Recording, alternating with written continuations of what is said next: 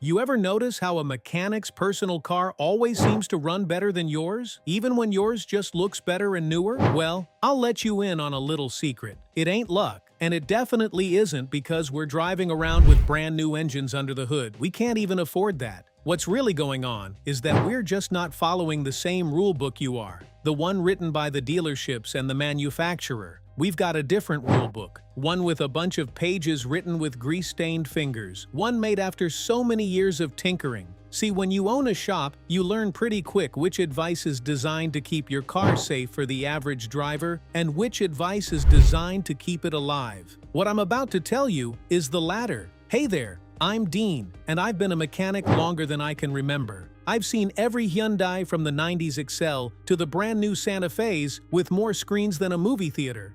Over those years, I've figured out the cheats. The little hacks that the service manual won't tell you. The things I do to my own 2017 Santa Fe that make it feel sharper than the day I drove it off the lot.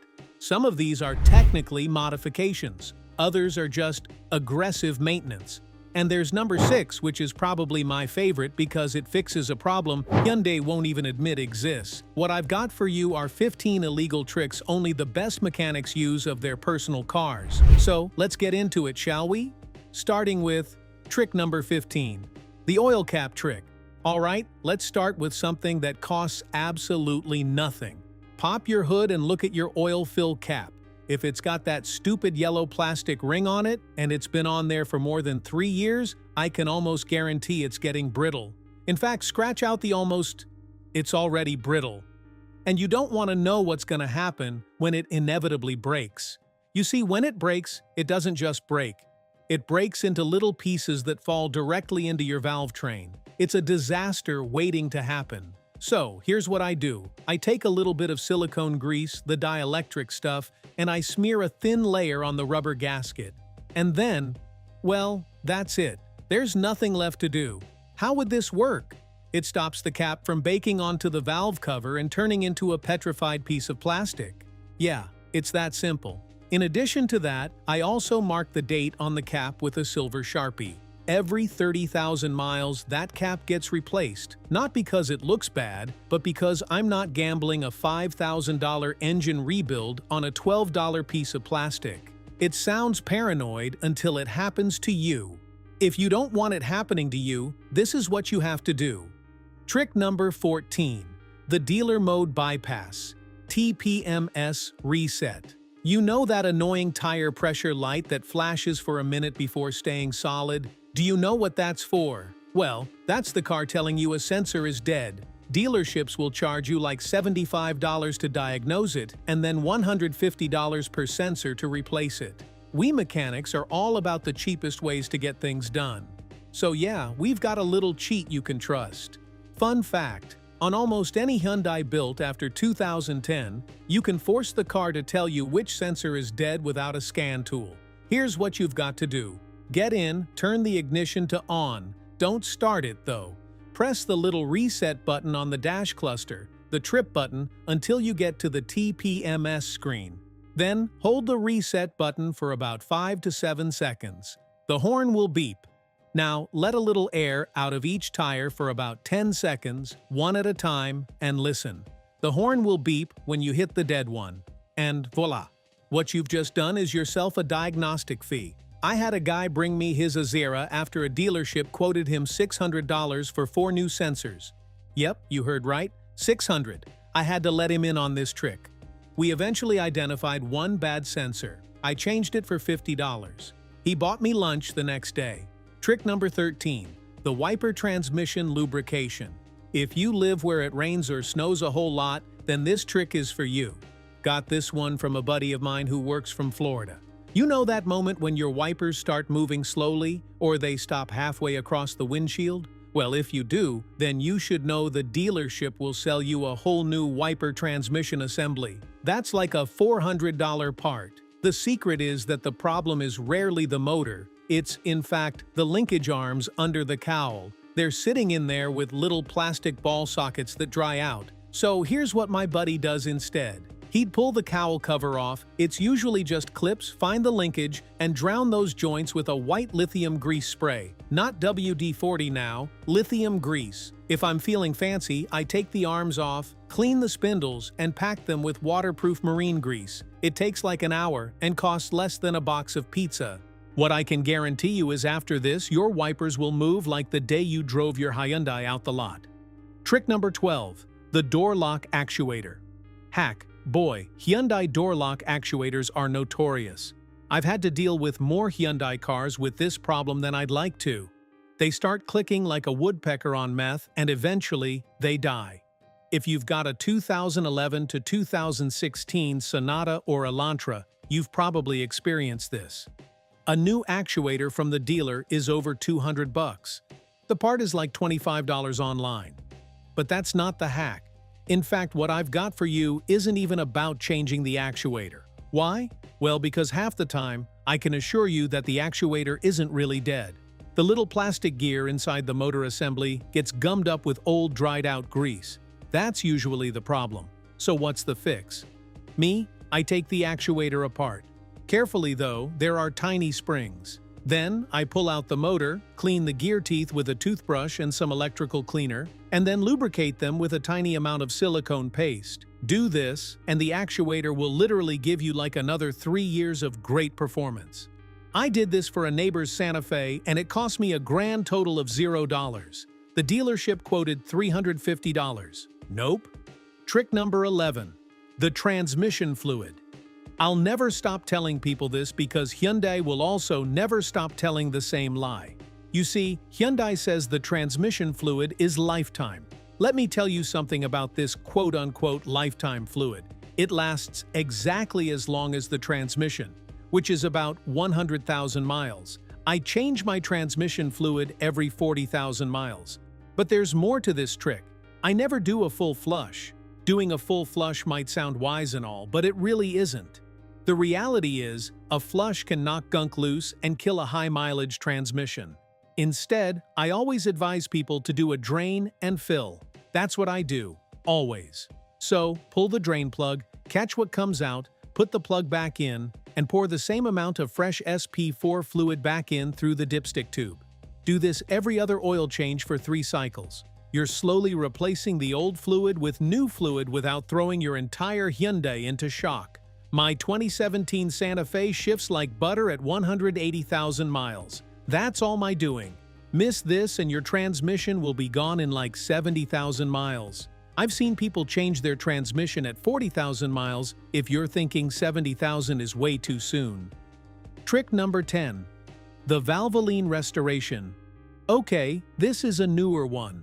I learned about it just recently, but so far, it's been working wonders for higher mileage Theta 2 engines. You know, the ones that like to drink oil. There's this specific oil, Valvoline Restore and Protect, that has a different detergent chemistry. It's not like those thick high mileage oils that just swell the seals. This stuff actually cleans the ring packs. Trust me, I've seen it happen with my own eyes. I once put it in a customer's 2015 Sonata that was burning a quart like every 800 miles. We ran it for 3,000 miles with a good filter, changed it out, put another batch in. By the second cycle, the oil consumption dropped to a quart every 2,500 miles. It's not magic, but hey, it's pretty close. The best way to explain it is that it's basically a chemical Italian tune-up, if that makes any sense. What I can guarantee you is that it works. The dealership would have sold her a $6,000 engine replacement. I sold her 2 oil changes. This is how we mechanics deal with our high-mileage engines that drink way too much oil. Trust me, we can't afford getting a new engine every single time. Trick number 9. The e-brake adjustment. Here's a safety item nobody thinks about. Your electronic parking brake has a wear adjustment that no one, not even the manual, tells you about. When that brake starts feeling weak, or the car rolls a little on a hill, the dealer says, replace the rear calipers. And since it's the brake, arguably the most important part in your Hyundai, no one bats an eye, you know. People just replace the calipers. No, you can actually manually adjust them. Me and the guys at the shop do this every single time. And here's how. If you have the electronic e-brake, you can put the car in service mode. There's a sequence, usually holding the e-brake button up for 5 seconds while the car is in accessory mode, that retracts the piston fully. Then you can manually adjust the parking brake shoes inside the rear rotor hat. It's a 20-minute job that tightens everything up and makes the brake feel brand new. I did this on my wife's Tucson last month. She asked if I replaced the brakes. I told her yes. Unless she watches this, I put in new brakes. I'm not going to correct her. Trick number 8. The blower motor resistor. You know when your AC fan only works on high? That's a dead blower motor resistor. It's a $30 part. Yeah, it costs nothing. But let me paint you a picture real quick. You're in a parking lot and it's 95 degrees out and you need air. Now, what do? Just sit there and burn up? Well, I've got you. I've got an illegal bypass that always works. Always. So the resistor works by creating resistance to slow the fan down. When it burns out, the high-speed circuit which bypasses the resistor usually still works. So you're basically stuck with hurricane force or off. If you're desperate enough, you can actually get your hands dirty a bit. You can find the resistor, usually behind the glove box, buried in the ductwork, unplug it, and jump the main power wire to the blower motor wire. That's a direct 12-volt connection. The fan will run at full blast constantly, even when the car is off, so you've got to unplug it when you park. It's janky, I know, but it gets you cold air for the drive home. I've done this on road trips more times than I'd like to admit. Trick number 7. The power steering pump fix. Hyundai power steering pumps are sensitive, maybe even too sensitive for its own good. If you change the fluid or open the system, they groan and whine for days. The manual says to just turn the wheel lock to lock. That takes forever. No one has that time. I know for a fact we mechanics definitely don't. Well, we've got something better. Here's the mechanics method. Lift the front wheels off the ground, start the car, with the cap off the reservoir, turn the wheel all the way to the left. Hold it there, it'll groan. Keep holding it. Then, while holding the wheel against the stop, rev the engine gently to about 1,500 revolutions per minute for 5 seconds. The vacuum created by the pump at higher revolutions per minute sucks the air bubbles out instantly. Let go. Check fluid, do the right side. The air is gone. The whine is gone. Easy peasy. And now, for my personal favorite trick. Trick number 6. The ignition coil wire fix. Okay, here's my favorite. Why? Because this is the one I use on my own car, and it drives me nuts that nobody knows it. If you own a Hyundai with the V6, Lambda engine, or even some of the later 4 cylinders, you might get a random misfire code. Usually cylinder 2, 4, or 5. You swap the coil to a different cylinder and the misfire doesn't go away. You think it's an injector, you think it's compression. You start panicking and sweating. The problem is the wiring harness. The wires that feed the ignition coils are thin, and over time, they get brittle and develop resistance. But here's my secret. It's not the whole wire, it's the little rubber boot connection at the coil. This means you can cut back the plastic loom, cut the connector off, and splice in a short length of stranded high-temp wire using solder and heat shrink. Extend the wire by about 2 inches and put a new connector on. That extra slack removes the tension on the wire, and the new solder joint breaks the corrosion path. I did this on a 2013 Genesis that 3 shops had given up on. They wanted to replace the entire engine harness. I spent 45 minutes fixing the harness for cylinder 5. The car ran perfectly. Hey, I don't know more than Hyundai's engineers, but they designed that harness way too tight, and the fix is literally just giving the wire some breathing room. Simple as. Trick number 5. The purge valve test. The purge valve. Wait a minute. Before I continue, do you even know what it is? Well, it's that little plastic piece near the intake manifold. If you know what I'm talking about, then you would also know it's a common failure on Hyundais. It gets stuck open, causing hard starts after filling up with gas, or it gets stuck closed, causing a check engine light. A new one is $80. I've got a test you could quickly do to know what is going on with it.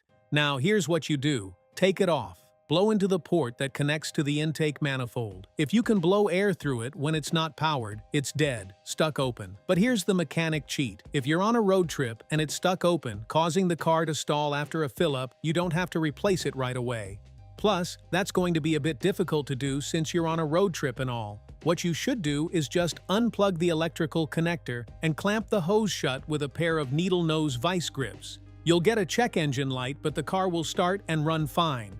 I've done this in a gas station parking lot in the middle of nowhere so my customer could drive 200 miles home. But this isn't a permanent fix.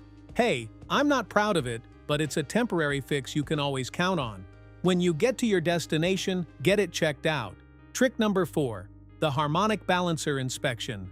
This is one for the DIY guys who hear a squeak. If your serpentine belt tensioner is new and the belt is new but you still hear a chirp, look at the harmonic balancer. Crankshaft pulley. The rubber between the inner and outer ring delaminates. It starts to wobble. It eats belts. But the dealership won't find it until it fails completely and takes your radiator with it. So, if you're fine getting your hands a bit dirty, I've got an inspection trick for you. The trick is to put a chalk line or a paint pen mark across the face of the pulley. Drive the car for a week. If the line is no longer straight, if the outer ring has shifted relative to the inner ring, it's failing. I caught this on a 2014 Santa Fe before the pulley flew off and destroyed the timing cover. It's a $100 part that saves a $4,000 engine. When you're sure this is the problem, just bring it into the shop. At least, now, you're sure of what's wrong. Trick number 3. The sunroof drain cleaning. If you own a Hyundai with a sunroof, then you've probably had to deal with water seeping through. How do I know? Well, statistics, guys. I know many of you don't take care of your sunroof. That's the cause, nothing else. You see, when your headliner starts leaking, or you get water in the footwells, the dealer says sunroof cassette replacement. That's like $2,000 at least. Not everyone has that just sitting around. The problem is clogged drain tubes. The tubes run down the A-pillars. They get clogged with dirt and leaves. Now that you know the problem, you should be able to deduce a fix, right? Rather than pay $2 grand, you can get it cleaned. I use a length of heavy-duty weed whacker line. I pull the rubber flap at the end of the drain tube, under the car, near the door hinges, and feed the line up from the bottom. You push it up, twist it, and pull it down. It breaks up the mud clog without puncturing the tube. Then I pour a little warm water down the sunroof tray to flush it. I've unclogged dozens of sunroofs this way. The last one took 15 minutes. The customer was quoted $1,800. Yikes. Trick number 2. The negative battery terminal. Trick. What if you want to reset the transmission adaptations? You don't want to wait for the car to figure out you no longer want to drive like a maniac any longer? So how do you force your Hyundai to relearn your driving patterns? Fun fact, there's a better way than just disconnecting the battery. For starters, disconnect the negative terminal. Then take a small jumper wire, or a paperclip if you're brave, and touch the disconnected negative cable to the positive terminal. Do not touch the battery itself with it. You're just connecting the vehicle's electrical system positive to the vehicle's electrical system negative. This drains all the capacitors in the computers. It basically forces a hard reset. Wait 10 seconds. Hook the negative cable back up. The ECU, TCM, everything is now at factory default. It doesn't have to learn down from old habits. Everything now starts fresh. It's a bit unorthodox, I'll agree, but it works. That I'm sure of. Trick number 1. The zip tie throttle response modification. This is the final one, and it's the one I do to every Hyundai I own. You see, the electronic throttle has this slight delay built in by Hyundai's engineers for smoothness. No offense to them, but I hate it so much. And I know I'm not the only one. On most Hyundais, there's a little slack in the accelerator pedal assembly itself. Even though there's no cable going to the engine, there's a sensor on the pedal. So, here's what I do.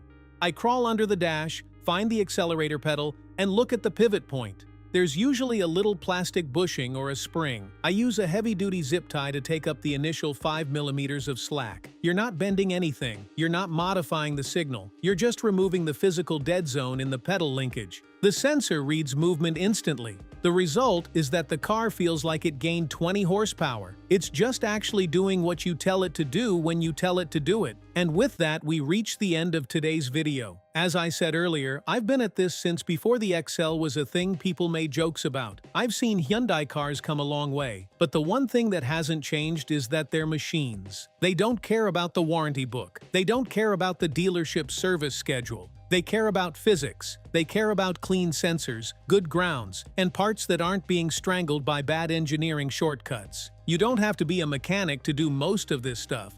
You just have to care enough to look. And if you do, if you actually pop the hood and get your hands dirty once in a while, I promise you, that Hyundai will run better, longer, and harder than any car your neighbor bought last week.